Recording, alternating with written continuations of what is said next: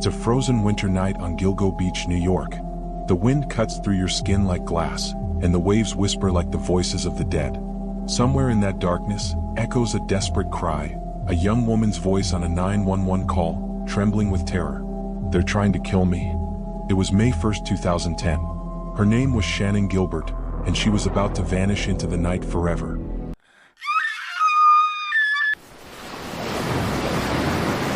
That 23-minute call couldn't save her, but it unveiled a nightmare spanning over 30 years. The Long Island serial killer, dubbed the Craigslist Ripper, a predator who used online ads to lure, strangle, dismember, and discard at least 10 young women like trash on a desolate beach. This case has shaken America from the 1990s to October 2025, when suspect Rex Heuermann faced a historic trial for 7 murders, with dark secrets still unraveling. If you're a true crime fan, stay until the end for chilling plot twists that'll leave you speechless. Like this video to support us, share it with friends to spread the terror, and subscribe to catch more haunting cases. Ready? Let's step into the darkness of Long Island with Bone Chill Files.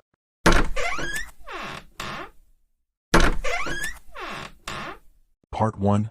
Victims Through Time, Souls Forgotten in the Dark.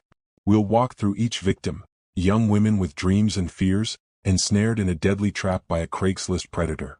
I'll recount their stories in the order of their disappearance or murder, from 1993 to 2010, based on official indictments and reports from CBS News, ABC News, and family interviews. Each story is a dark chapter, woven with authentic details from witnesses, police, and their final words. Picture yourself on Gilgo Beach, feeling the cold breath of crime. Sandra Costilla, 28, 1993. The First Shadow. Let's go back to the summer of 1993, when the internet was a distant dream. Sandra Costilla, a 28-year-old single mother from New York, worked as a sex worker to support her young son. She took a secretive appointment the last time her family saw her. Her sister recalled, Sandra promised to be home for her son's birthday, but she never came back. Police dismissed it as a routine missing person case, bias against her profession burying her file. In 2011, her dismembered body was found in Manorville, 50 miles from Gilgo Beach, her head and hands severed, wrapped in plastic like discarded junk. In 2024, Rex Heuermann was charged with her murder, linked by DNA from his wife's hair on the body. Imagine the scene: wet sand revealing plastic bags hiding a 30-year-old secret.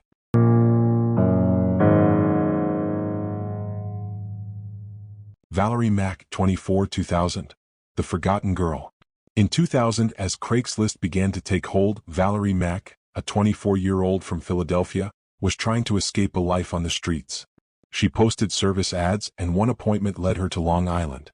Valerie vanished in the fall as golden leaves blanketed the streets. In 2010, her body was found, parts at Gilgo Beach, others in Manorville, meticulously dismembered.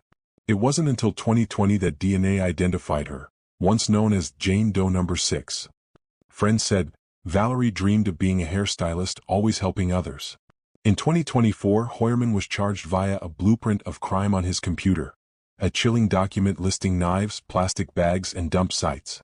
Picture it: under police flashlights, plastic glints in the sand, like a curse from the sea. Jessica Taylor, 20, 2003.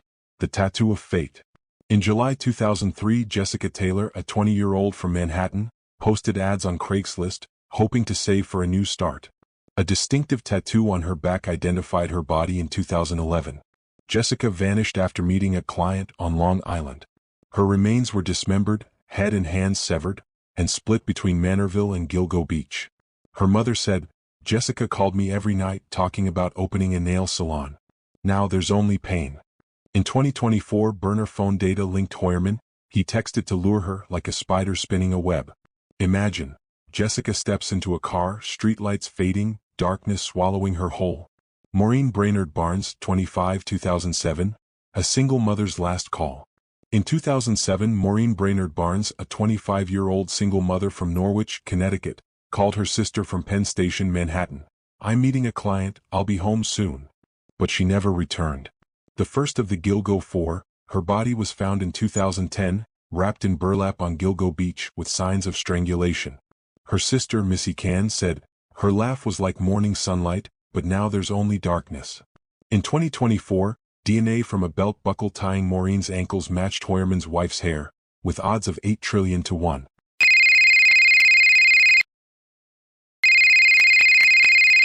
Melissa Barthelemy, 24, 2009. The Taunting Calls. In July 2009, Melissa Barthelemy, a 24-year-old from the Bronx working as an escort via Craigslist, vanished after an appointment. The chilling part? The killer used her phone to taunt her 15-year-old sister, Amanda. "Your sister's a whore, she's not waking up." Calls from Times Square stretched over months, as if the killer mocked from the city's heart. Her body was found in 2010 on Gilgo, linked to Hoyerman via DNA in 2023. Amanda said, "Each call was like a knife to my heart." Imagine, a nameless voice from the shadows, echoing through New York.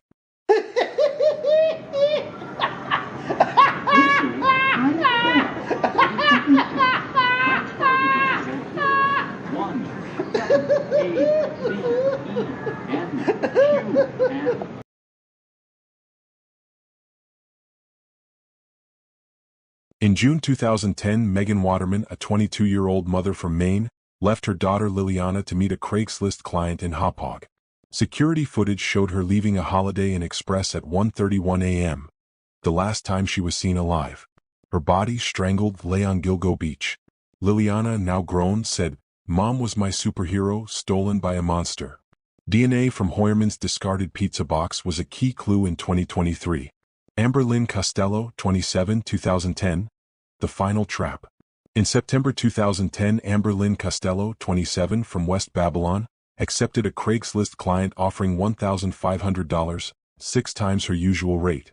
Her roommate Dave Schaller said, "The guy called relentlessly, like an obsession." Amber left without her purse or phone. Her body, strangled and wrapped in burlap, was found near the others. Schaller described the client as an ogre, driving a Chevrolet Avalanche. DNA from Hoyerman's wife's hair on Amber's body was damning evidence. Shannon Gilbert, 23, 2010, isn't in the indictment, but her 911 call, "They're trying to kill me," led to the discovery of the bodies. By October 2025, Hoyerman faces charges for 7 murders, with a judge allowing a single trial and advanced DNA evidence. He appeared in court with a bizarre 1970s-style wig, as if hiding his monstrous nature.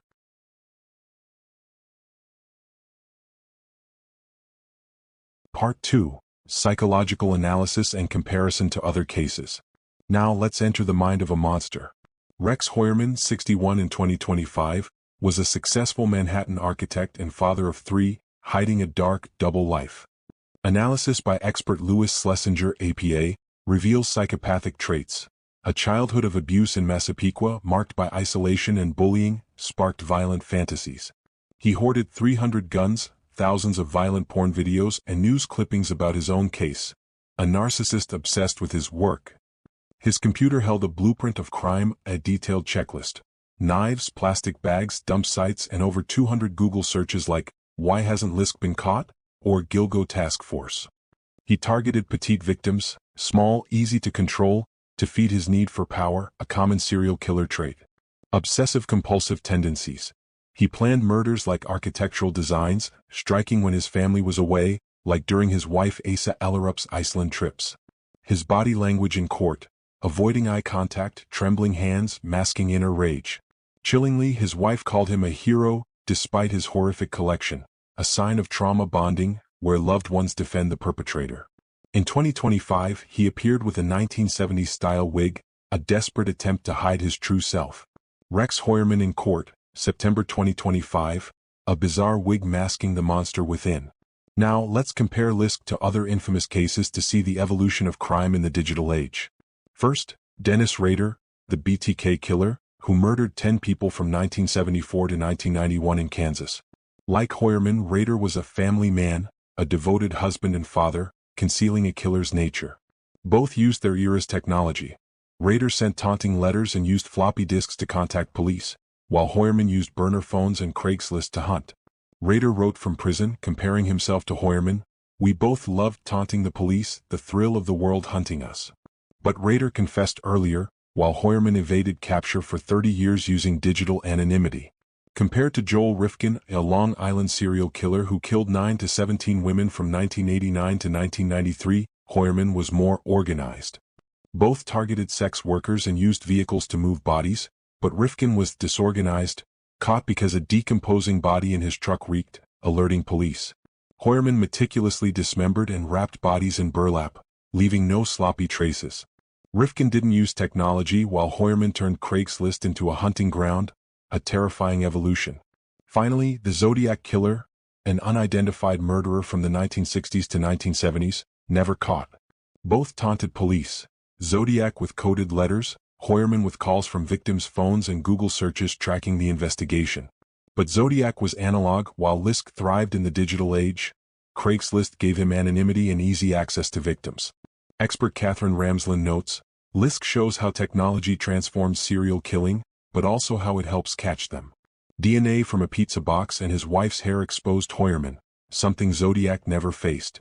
These comparisons reveal Lisk as more than a killer, a symbol of crime's evolution, from Zodiac's letters, BTK's discs, to Hoyerman's internet. Yet technology betrayed him, bringing him to justice. The Long Island serial killer case is far from over. With the 2025 Netflix docuseries, Gone Girls, and a trial set for 2026, new secrets may emerge. Sandra, Valerie, Jessica, Maureen, Melissa, Megan, Amber, they're not just victims, but souls awaiting justice on Gilgo's shores. What do you think of this killer's mind? Drop a comment below. If this video chilled you, like it to support us, share it with true crime friends, and subscribe for more haunting cases. Thank you for joining me in the darkness of Gilgo Beach. See you next time.